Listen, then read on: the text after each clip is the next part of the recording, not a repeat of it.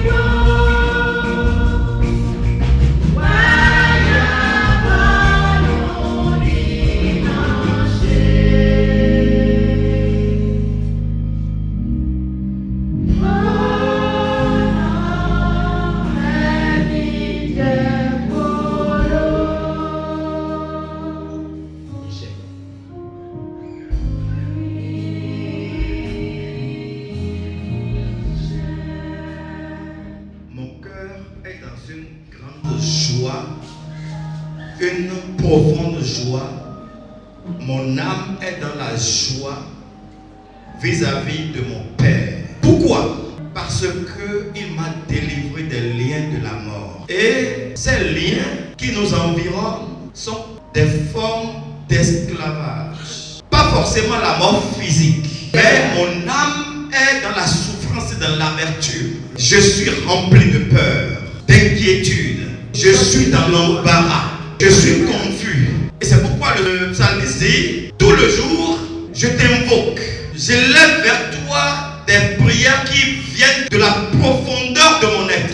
Et la nuit, ma couche est baignée de mes larmes. Parce que je ne comprends pas. Parce que je ne sais pas ce qui se passe. Et lorsque je t'adresse mes cris, il est arrivé que tu n'aies pas répondu. Au moment où j'attends ta réponse. Pourtant, mes aînés, nos aïeux, nos parents ont expérimenté ta bonté. Mais l'Éternel nous répond aujourd'hui. Il dit dans Psaume 22 à partir du verset 4: mon invocation, l'appel du plus profond de moi, même si le plus profond de moi est rempli d'amertume, de souffrance, cette profondeur doit être couverte par quelque chose de magnifique. Oui. Pourtant, l'Éternel, tu es le Saint. Oui.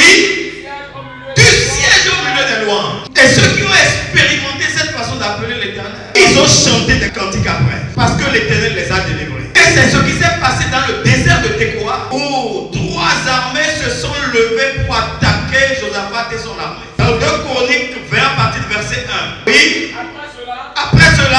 de Moab et les fils d'Ammon les Ammonites et les Moabites, marchaient contre Josaphat pour lui Mais- faire la guerre. ils avaient de grandes armées, de puissantes armées. Et qu'est-ce qu'ils faisaient? Ils voulaient attaquer l'armée de Juda. Oui. On vint en informer Josaphat. Et quelqu'un est venu dire ça au roi. Les sentinelles qui ont pu venir, qui ont entendu le plan sont venus rendre. Et qu'est-ce qui s'est passé dans verset 3? Josaphat fait quoi? Dans sa frayeur, Oui, il prit peur. Et se tourna vers qui? Vers l'Éternel. Alléluia. L'Éternel est en train de nous enseigner que le processus de la délivrance, lorsque nous apercevons que l'ennemi en face nous dépasse, la première chose à faire, la première étape, c'est de se tourner vers l'Éternel. Parce que la peur est normale. Les tourments du cœur, c'est normal. Les agitations intérieures, c'est normal. Lorsque tu sens le danger, la première attitude, c'est de vouloir fuir. Mais dans ton envie de fuir, il faut que tu te mettes à l'esprit que ce qui veut t'arriver veut rendre gloire au nom de Dieu. Alors, il a regroupé son armée, son peuple. Et ils étaient en train de prier, de jeûner. Et pendant qu'ils priaient, qu'ils étaient en jeûne, l'Esprit de Dieu est tombé, descendu sur un certain prophète qu'on appelle Yéhaziel. Et qu'est-ce qu'il a dit dans verset 14? l'esprit de l'Éternel saisit au milieu de l'assemblée Jacaziel. Qu'est-ce qu'il a dit? Et Jacaziel dit, Prêtez l'oreille, oui. soyez attentifs, Soyez attentifs. tous Judas et habitants de Jérusalem. Ceux qui ont senti un danger arriver, tous ceux qui sont dans un tourment, tous ceux qui ont une inquiétude, tous ceux qui ont un souci qui sont en train de gérer, de traîner, ceux qui connaissent des tumultes dans leur ménage, ceux qui voient des choses se passer dans la vie de leurs enfants ne comprennent pas, ceux qui n'arrivent pas à avoir la victoire sur des esprits maléfiques qui les maintiennent en esclavage et qui cherchent la délivrance, qui n'arrivent pas à être élevés au niveau où Jésus les attend. Alors on leur dit, oui, Ainsi parle l'Éternel des armées. l'Éternel des armées nous dit, Ne craignez point. ne craignez point et ne vous effrayez point devant cette multitude nombreuse. Quelle que soit l'épaisseur de l'attaque, quelle que soit la hauteur de Goliath, quels que soient les pronostics des médecins sur la durée de vie qui t'attend, quels que soient les blocages que tu vois en fonction dans ton travail ou dans tes entreprises, quelle que soit la personne qui s'attaque à toi et qui fait de toi son ennemi. Il dit quoi? Car ce ne sera pas vous qui combattrez. Ce n'est pas vous qui combattrez. Oui. Ce sera Dieu. Ce sera Dieu. Et il leur a donné une consigne. Il dit placez les Lévites, les chantres devant l'armée. Habillez-les, équipez-les d'instruments et qu'ils se mettent devant le peuple. Et le peuple sera derrière. Et on va commencer par avancer. Eux seront en train de chanter, d'adorer et de jouer à leurs instruments. Alors, quand Josaphat a reçu cette instruction, il se leva de grand matin, verset 20. Et fait quoi? Le lendemain, Oui. il se mit en marche de grand matin pour le désert de Tekoa. Pour le désert de Tekoa. Ils ne sont pas restés sur place. Ils ne se sont pas cachés. Ils ne sont pas restés dans l'immobilisme. Ils n'ont pas été tétanisés par la peur au point de ne pas se déplacer. Comme David, ils ont commencé par regarder l'ennemi comme un circoncis. Continuez. À leur départ, Oui. Josaphat se présenta et dit, Oui. écoutez-moi, Judas et habitants de Jérusalem. Oui. Judas et habitants de Jérusalem, oui. Confiez-vous en l'Éternel, votre Dieu. Confiez-vous en l'Éternel. Oui. Et vous serez affermis. Et vous serez affermis. La confiance qui vous a permis, la foi qui vous a permis, comme le dit Somme 125. Ceux qui se confient en l'Éternel sont comme la montagne de Sion. la montagne de Sion. Elle ne chancelle jamais. Même quand ça tombe, même quand il y a du vent, même quand il y a des tempêtes. Non, elle ne chancelle pas. Oui. Elle est affermie pour toujours. Elle est affermie pour toujours. Que ces paroles ne tombent pas dans des oreilles sourdes. Donc confiez-vous en l'Éternel et vous serez affermis. Et oui. Puis, d'accord avec le peuple, oui. il nomma des chantres qui, revêtus d'ornements sacrés, Ornement sacré. Oui. marchant devant l'armée. Il marchait devant l'armée. Oui. Louez l'Éternel, car sa miséricorde durera toujours. Louez l'Éternel. Qu'est-ce que ça dit? Psaume 118, verset 1, il dit quoi? Louez l'Éternel, car il est bon. Louez l'Éternel car il est bon. Car Sa miséricorde durera toujours. c'est ce que la chorale, les chantres chantaient ça. Et quand on a commencé par exalter l'Éternel, verset 22, oui. Au moment où l'on commençait les chants et les louanges, Oui, qu'est-ce qui s'est passé? l'Éternel plaça une embuscade contre les fils d'Ammon et de Moab. L'Éternel lui-même, sans intervention de l'armée, juste en chantant, juste en déclamant le psaume 118, premier verset. Et il y a quoi? qui était venu contre Judas, Oui. et il fut battu. Mais ils ont commencé par s'attaquer eux-mêmes. La confusion est rentrée dans les rangs des ennemis. Ils ne s'entendaient plus. Ils ne se comprenaient plus. Ils ont commencé par se détester. Jusqu'à commencer par tirer les uns sur les autres. Et pendant ce temps, toi, tu es quoi? Qu'est-ce que tu es en train de faire? Qu'est-ce que tu es en train de faire? Tu es en train de chanter l'Éternel. Psaume 125, chantez-moi ça. Mais Oui. et ton nom Jidide ton nom Daini oso sosioni tonye manosiso Inano tetepe Meze jidide et ton nom Jidide ton nom Daini oso sosioni tonye manosiso Inano tetepe Meze jidide et ton nom Laissez-vous remplir de ces paroles d'assurance, parce que l'Éternel vous dit et vous garantit que vous n'êtes pas seul. Il est en vous. Dès lors que vous l'appelez, l'invité dans votre cause, c'est cela. Vous ne subirez jamais la honte. Ne vous pouvez pas de la pierre. Oui, ceux qui se confient en cette pierre, ceux qui s'approchent de cette pierre, n'auront jamais le déshonneur.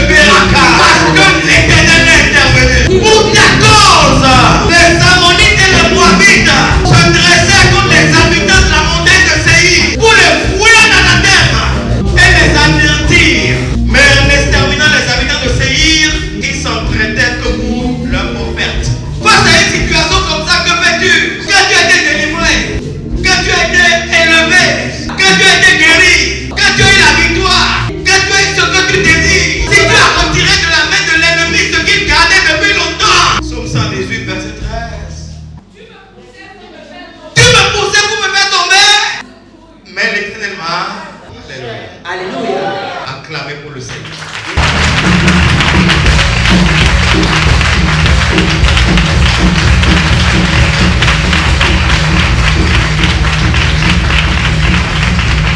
C'est pourquoi il dit dans verset 14. Ah. Ça veut dire que je rentre dans un cycle de louange et d'adoration. J'ai adoré et les anges sont descendus pour me délivrer. Et je proclame que quand on m'a poussé pour me faire tomber, on m'a poussé pour m'abattre, on m'a mis dans les liens de l'esprit impur, qui me poussait à coller ma tête contre le mur, coller contre les choses à gauche et à droite. On m'a maintenu dans les liens de la maladie. J'ai changé de stratégie. Ma stratégie a été de chanter pour l'Éternel. Et non plus d'invoquer avec des cris de souffrance, de supplication. C'est des chants que j'adresse à l'Éternel. Parce que David le savait. Il sait que l'Éternel sied dans les lois. Et parce qu'il sied dans les lois, et que lui l'a compris, il a la victoire tout le temps. Même parmi ses grands frères, qui paraissaient géants, qui connaissaient l'art de la guerre, il a été choisi pour leur commander. Alléluia. Alléluia. Parce qu'il a compris. Et quand l'Éternel te délivre après des moments de cantique, de chant, d'adoration, mais il demeure le sujet de ta force et de tes louanges. Car il t'a apporté la délivrance. Le verset 15 dit, Cri de triomphe et de salut. les cris de triomphe et de salut. Alléluia. Alléluia. Si vous avez passé par le feu et que l'Éternel vous a délivré, lorsque vous allez commencer par chanter pour l'Éternel, on va croire que vous êtes fou. Parce que tu seras en train de chanter, tu commences par chanter ici, tu vas au Carrefour, Réveiller là-bas, tu montes sur le boulot et tu danses. Et personne ne comprend pourquoi. Parce que l'Éternel vient de combattre pour toi. C'est pour cela que nous devons comprendre que c'est l'Éternel qui fait. C'est pour cela que quelques-uns qui continuent de se chercher, l'Éternel nous demande, pendant que d'autres ont mis leur foi dans le Seigneur et qu'ils ont eu la délivrance, toi aussi, approche-toi. 1 Pierre 2 verset 4. Approche-toi. Approchez-vous de lui. Approchez-vous de lui. De qui? Pierre vivante rejetée. Pierre vivante rejetée. Oui. Et choisie et précieuse devant Dieu. On dit la pierre vivante qui est rejetée. Quelle pierre a-t-elle la vie en elle? D'autres versions disent, approchez-vous de Jésus-Christ, la pierre vivante qui est rejetée par les hommes, par beaucoup d'hommes. Même ses frères ne l'ont pas reçu. C'est pour ça que toi et moi, nous avons accepté de nous baptiser. Nous nous sommes approchés de lui. Mais c'est pas seulement approcher de lui, c'est monter sur lui. Alléluia. Alléluia. Tu vas monter sur la pierre. Mais lorsque tu cours et que tu vois un danger qui te chasse, et que tu vois une montagne devant, qu'est-ce que tu fais? La montagne t'arrête-t-elle? Tu cours, tu montes. Les Anglais disent you climb, c'est ça non? The mountain. Tu montes. Tu as l'énergie pour monter. Parce que le salut est là. On dit la pierre vivante. L'Éternel même dit, approchez-vous de lui. La pierre qui ne meurt pas. La pierre qui est remplie de vie. Jésus-Christ. Qui pour Dieu a une grande valeur. Mais c'est rejeté par quelques hommes. Approcher, c'est s'allier. Mais c'est important de comprendre qui est cette pierre. Je ne comprends pas pourquoi la plupart des tests nous amènent vers la compréhension des qualités de celui qui a été le sacrificateur numéro 1.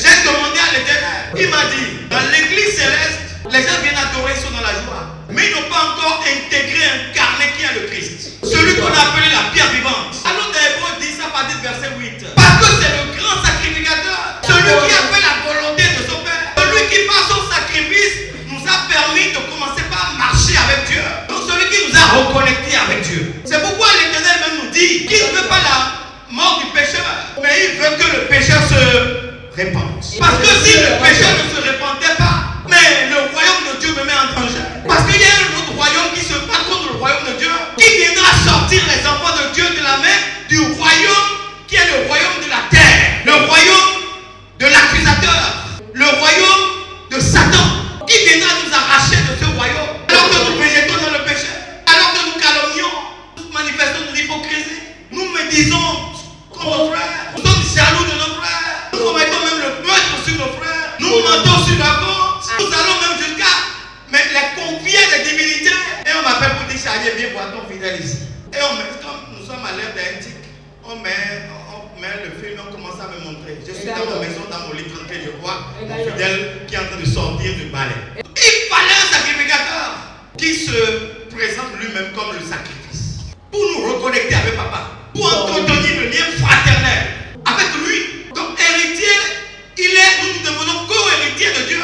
Et nous pouvons utiliser les attributs du royaume de Dieu partout où nous passons sur terre. Parce qu'il dit avant vous étiez des serviteurs, après vous êtes devenus des amis, maintenant vous êtes des frères. Nous sommes reliés par le lien de l'esprit. Nous avons le même Père. Il a fallu que je fasse le sacrifice. Donc c'est lui qui a fait le sacrifice. Le Hébreu 10 nous le dit clairement. Tu n'as pas voulu ni accepter les sacrifices offrandes. Ni holocauste, ni sacrifice. Oui, pour le péché, tu as refusé tout ça. Tu dis je ne veux plus. Parce que vous amenez des sacrifices chaque année pour expier les fautes. Mais vous savez que l'année prochaine vous allez revenir. Et comme il faut quand même venir faire un sacrifice pour un péché, on se débrouille pour faire un péché avant d'arriver. Alléluia. Alléluia. Donc un peu comme le cochon qu'on a sorti de l'eau, on l'a lavé. Et on lui a porté des vêtements royaux. Et on l'a mis collier au cou. Même couronne sur la tête. Et on le guide. Et à un moment donné, il regarde à gauche, il regarde à droite, et il a vu là-bas une petite mare très sale. Et là-bas, là, ça me plaît. Et il fuit et il va tomber encore dedans. Alléluia. Alléluia. Comme au mariage d'un couple, le mari était là avec le témoin. Ils étaient devant l'autel et ils attendaient la femme qui allait être amenée par son papa. Et la robe qu'on avait prévue, c'était une robe vraiment d'un blanc éclatant. décoré avec des perles et une petite couronne sur la tête. Il décore la tête de la mariée. Mais curieusement, quand elle apparaît avec son papa, on a vu Baba sur toute la robe. Qu'est-ce que le mari fait? Attendez, c'est pas ma femme. C'est pas ce qu'on a prévu. C'est ça notre relation avec Dieu. Donc quelqu'un devait faire le sacrifice. Il sort de son milieu naturel pour être endimanché et il retourne encore dans le milieu naturel et il n'est plus agréé par Dieu. Jésus est venu pour faire le sacrifice. Une fois pour de bon. C'est pourquoi ceux qui comparent ou qui mettent Jésus dans un lien de religion n'ont rien compris. Jésus est venu pour rafraîchir, nous reconnecter avec le Père. C'est pourquoi on dit, mais attachez-vous à lui. Il est la pierre angulaire. Il est le modèle. Si tu n'es pas rempli d'amour, tu ne peux pas faire ce travail. Si tu n'es pas prêt à souffrir dans ton corps, dans ton âme, tu ne peux pas. Donc il est mort pour nous tous. Pour quel but? 2 Corinthiens 5,15 nous dit clairement. Pour tout le monde, oui. Et qu'il est mort pour tous. Oui. Afin que ceux qui vivent. Afin que ceux qui vivent dans vous et moi, que nous ne vivions plus pour nous-mêmes, mais nous vivions pour qui? Pour celui qui est mort et ressuscité. Ah, pour lui. Ça veut dire que nous devenons les continuateurs de son œuvre. Donc Jésus-Christ est le sacrificateur, le grand prêtre, le modèle, la référence qui s'est sacrifié pour nous. Une fois pour toutes, il n'y aura plus de ce sacrifice. Il n'y a plus de ce sacrifice annuel, c'est fini. Donc il nous a raccordés au Père. Voici l'alliance que je ferai avec eux après ces jours-là, dit le Seigneur. Je mettrai mes lois dans leur cœur. Je les écrirai dans leur esprit pour qu'ils soient comme moi. Donc ça, c'est la première qualité de Jésus, ça. Le sacrificateur sacrifié, agréé par Dieu, rejeté par beaucoup d'hommes, mais qui nous invite, Dieu nous invite à nous attacher à lui. Parce que nous attacher à lui, faire comme lui, c'est être approuvé par le Père. Allez dans Isaïe 9, verset 5, pour décortiquer un peu cette personne, oui. Un enfant nous est né. Un enfant nous est né. Un fils nous est donné. Un fils nous est donné. Et la domination reposera sur son épaule. Très bien, c'est un roi. C'est un roi. Jésus est notre roi. C'est pourquoi on l'appelle le Seigneur de l'ordre. Les Anglais disent de l'ordre. Et pour moi, quand je lisais ce passage, j'ai reçu un enseignement fort. Le roi, dans un pays, est maître et possesseur de toutes choses. On va dire forêt du roi, manoir du roi, les terres du roi, le royaume. Il est le chef du royaume. Donc, ce n'est pas un État, c'est un royaume. Et tous ceux qui sont dans ce royaume, et tous les biens qui sont dans ce royaume, lui appartiennent. C'est pourquoi Hébreu dit Ado, qui veut dire Adonai. Quand vous dites Jéhovah Adonai, c'est Jéhovah toi qui possède tout, qui est propriétaire de toutes choses. Ça veut dire que ce que je veux là, c'est dans tes mains. Moi-même, je suis ta propriété. C'est les sujets, nous sommes des sujets du roi. Et nous faisons la volonté du roi. C'est pourquoi le psaume 100, verset 3 dit Sachez que l'Éternel est Dieu. L'éternel est Dieu. C'est lui qui nous a fait. C'est lui qui nous a créés. Au commencement, Dieu créa les cieux et la terre. C'est sa propriété. Nous sommes sa propriété. Et tout ce que la terre enfin lui appartient. Le monde et ce qui s'y trouve. Nous sommes de son royaume. Et vous on dit un roi nous est né. Un souverain nous est né. Oui. Nous sommes son peuple. Le peuple de son pâturage. Non. En tant que roi, il a 4 qualités reconnues. 1. Admirable. On l'appellera admirable ou merveilleux conseiller. C'est-à-dire qu'il te montre le chemin. Par la vertu du Saint-Esprit. Il t'instruit. Tu veux passer à gauche, il dit non, passe à droite. Tu veux parler, il dit non, ne parle pas. Tu veux aller là-bas, n'y va pas. Tu sors pour pouvoir aller te venger, il dit vengeance n'est pas pour toi. Tu veux frapper ton enfant, il dit ne le touche pas. Si quelqu'un te conseille que tu suis, tu ne connais pas la honte. C'est de cette pierre qu'on est en train de parler. Quand on dit c'est une pierre qui a une grande valeur précieuse aux yeux de Dieu, pour qu'en le suivant, en s'attachant à elle, nous ne connaissions jamais la honte. Ce de quoi tu veux manger là, c'est empoisonné. Il te dit non, ne bois pas, ne mange pas. Ceux avec qui tu veux boire là, ils n'ont pas un bon cœur envers toi. Il ne va pas, il ne va pas à ce rendez-vous. Il ne passe pas cette route, cette forêt. Dans une situation que tu veux gérer, il te montre le chemin. C'est le conseil. Et nous recevons ceci par la puissance du Saint-Esprit. Et c'est pourquoi Jean 14, verset 26 nous dit que l'Esprit Saint, défenseur en justice, nous enseigne toutes choses. Nous fait rentrer dans la profondeur de toutes choses. Ensuite, on dit qu'il est quoi? Père éternel. Oui. Prince de la paix. Père éternel. Ça veut dire que son règne n'a pas de fin. Il est roi hier, aujourd'hui, éternellement. Il n'est pas le président d'un pays. Il est le roi d'un royaume. Notre royaume.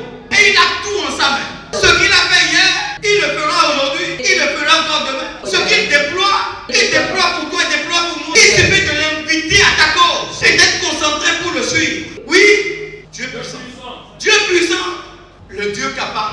Le Dieu de l'impossible. Et quand je lis ce passage, il y a une partie de la Bible qui me revient toujours. Parce que l'archange Gabriel a rendu visite à la Vierge Marie. Et il lui a dit, tu es bienheureuse, tu es une femme choisie parmi les femmes, grâce de l'Éternel est sur toi, tout ça. Il lui a dit encore autre chose. Ta cousine, Élisabeth, qui a un âge très avancé, elle est enceinte.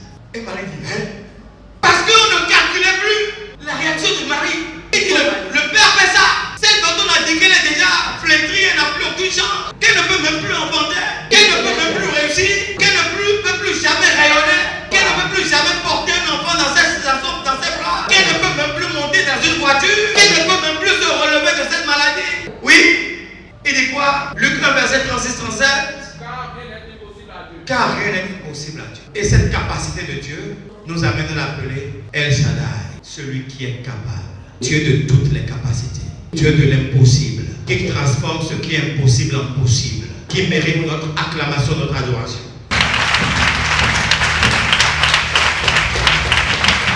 Donc le problème que tu as, est-ce que ça le dépasse? Ta maladie, il n'a pas la solution.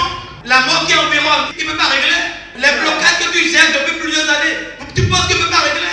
Le Dieu de l'impossible, qui t'enlève de la poussière pour te faire asseoir avec les rois, les grands de ton peuple, qui a sorti Joseph du puits profond pour l'amener au palais. Tu penses qu'il ne peut pas le faire? Qui transforme le chaos en un jardin luxuriant où on peut vivre? Pourquoi nous nous plaignons devant les hommes? Approchons-nous de lui, attachons-nous à lui. On dit qu'il est prince de paix. Ça veut dire qu'avec lui, il n'y a pas conflit, il n'y a pas guerre, il n'y a pas violence, il n'y a pas terrorisme, il n'y a pas querelle, il n'y a même pas d'animosité, ni méchanceté, ni médisance, ni vengeance, les disputes, non. C'est pourquoi on n'entendra même plus parler de violence. On appellera ta cité paix. Ça veut dire quoi? La paix, shalom.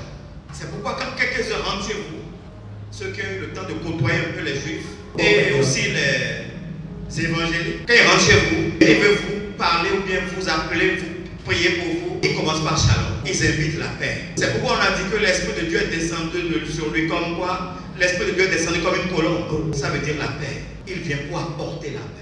Et en questionnant sur certaines parties des Écritures, Jésus a répondu aux pharisiens lorsqu'on lui a demandé pourquoi certains hommes doivent délivrer une lettre de divorce à leur femme. Et il dit c'est à cause de la dureté de votre cœur. Vous n'avez plus la paix en vous. Il n'y a plus de pardon. L'amour a disparu. On se regarde comme des ennemis, comme des concurrents. Mais là où la paix est, c'est là où Jésus est. C'est pourquoi le 1 Pierre 2 verset 1 nous dit, il dit quoi? Rejetant donc toute malice. Toute malice envers nos camarades, nos frères dans le Seigneur. Parce que celui qui est malicieux, rusé, il va créer des conflits à l'intérieur. Oui. Ruse. Oui. La dissimulation. La dissimulation, la fausseté, la tromperie. Garder ce qui appartient à l'autre. Fais doucement lui arracher ce qui lui appartient. Si tu as Jésus en toi, jamais tu ne peux le faire. Même lorsque les gens se réunissent pour comploter contre ton ennemi, celui qui s'est déclaré comme ton ennemi, et qu'on t'appelle pour comploter contre eux, tu dis non, pardonne-nous nos offenses, comme nous pardonnons aussi à ceux qui nous ont offensés. Les troubles de la société, les troubles dans les ménages, les troubles dans les services, dans l'église, c'est dû à l'absence de l'esprit de paix.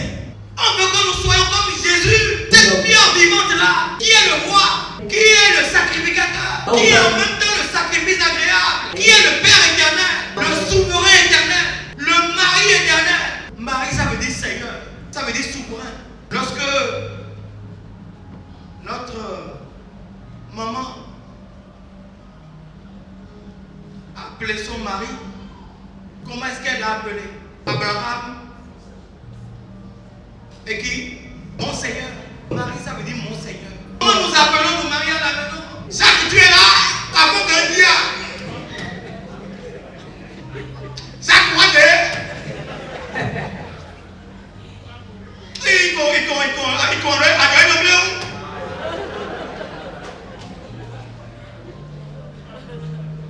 c'est pas cela que Jésus nous appelle. C'est pourquoi il dit que même le lion et la brebis vont paître ensemble. Parce que conduit par le prince de paix.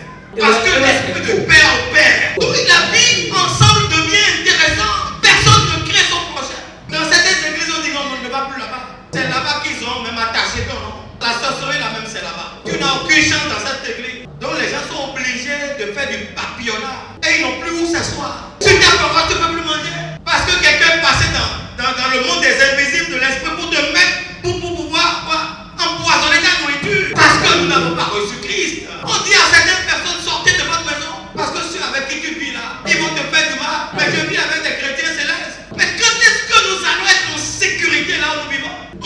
sommes pas du monde, mais nous sommes dans le monde. Pour transformer le monde, pour être le sel et la lumière du monde. Comment est-ce que nous aussi nous allons arracher le sel de la terre, éteindre la lumière de la terre? Et beaucoup de chrétiens travaillent à ça. Quand son véhicule va tomber en panne, là, ils se regroupent derrière, ils applaudissent.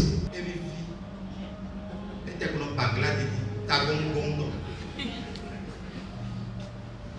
est-ce qu'on peut vivre dans un environnement comme ça?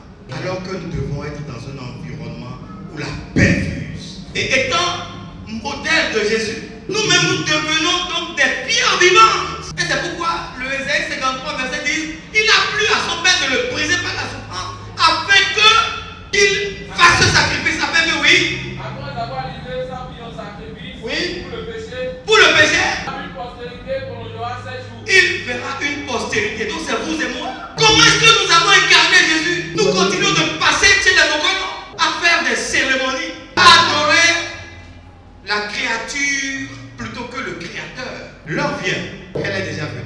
Et les vrais adorateurs vont adorer Dieu par l'esprit et en vérité. Parce que nous sommes dans le temps de l'esprit. C'est pourquoi il dit, après cela, je répandrai mon esprit sur toute chair. Vos filles, vos fils prophétiseront. Vos vieillards auront des songes. Même vos serviteurs et vos servants. Ils recevront des visions, par des visions, des révélations, pour que nous puissions savoir marcher. L'église céleste, c'est la meilleure église qui nous communique tout. Mais si nous ne savons même pas qui est Jésus, nous ne pouvons même pas saisir qui est l'Esprit. Donc il veut que nous soyons des pierres vivantes et que nous apportions nous aussi des sacrifices agréables. Et de quel sacrifice s'agit-il? C'est des louanges, c'est le service, le don de soi, mais c'est aussi la consécration totale de soi à l'Éternel. Offrez vos corps comme un sacrifice agréable et saint pour l'Éternel. Donc ce sera de votre part un culte spirituel. Nous sommes une assemblée de gens spirituels, de saints. On peut parler de pierre avec la pierre angulaire qui est Jésus, mais les pierres qui sont alignées sur la pierre angulaire et qui sont montées pour faire l'édifice, c'est des pierres vivantes que vous et moi nous sommes pour révéler qui est Jésus par la puissance d'en haut. Donc nous devons marcher comme des pierres vivantes, non pas comme des pierres qui sont silencieuses, qui sont salies, qui font du mal. Parce que si nous avons accepté la pierre angulaire, la pierre de Jésus, l'Éternel même l'a dit, nous ne connaîtrons jamais le désordre. Mais ceux qui ne l'ont pas accepté, le verset 8, ici heurte pour n'avoir pas cru à la parole. Donc ce que je viens de vous annoncer, c'est Jésus qui est la parole, qui était au commencement, qui a fait toutes choses, qu'on a appelé Père éternel. C'est lui qui a fait toutes choses, qui a créé toutes choses, et qu'il est venu parmi les siens. Les siens ont refusé de le recevoir, mais à ceux qui l'ont reçu, vous et moi, il a donné le pouvoir d'être appelés enfants de Dieu, lesquels sont nés, non de la chair, non du désir des hommes, ni du sang, mais de l'esprit. Et nous faisons un avec Jésus. C'est pour quelques-uns qui s'appellent les ambassadeurs de Christ. Qu'est-ce que tu veux être désormais, mon frère, ma soeur? Cette pierre vivante qui témoigne de Jésus, qui est le reflet de Jésus dans le monde. Donc tu dois changer de niveau. Comprendre que s'il va intervenir dans ta vie, il va utiliser ses attributs à ton profit. Tu dois t'approcher de lui. Tu dois t'allier à lui. Tu dois t'attacher à lui. Tu dois être son reflet et glorifier et chanter et louer. Et nous continuerons donc nous aussi de chanter des cantiques tout le temps à l'Éternel, parce que ne cessera pas d'intervenir. Au nom de Jésus.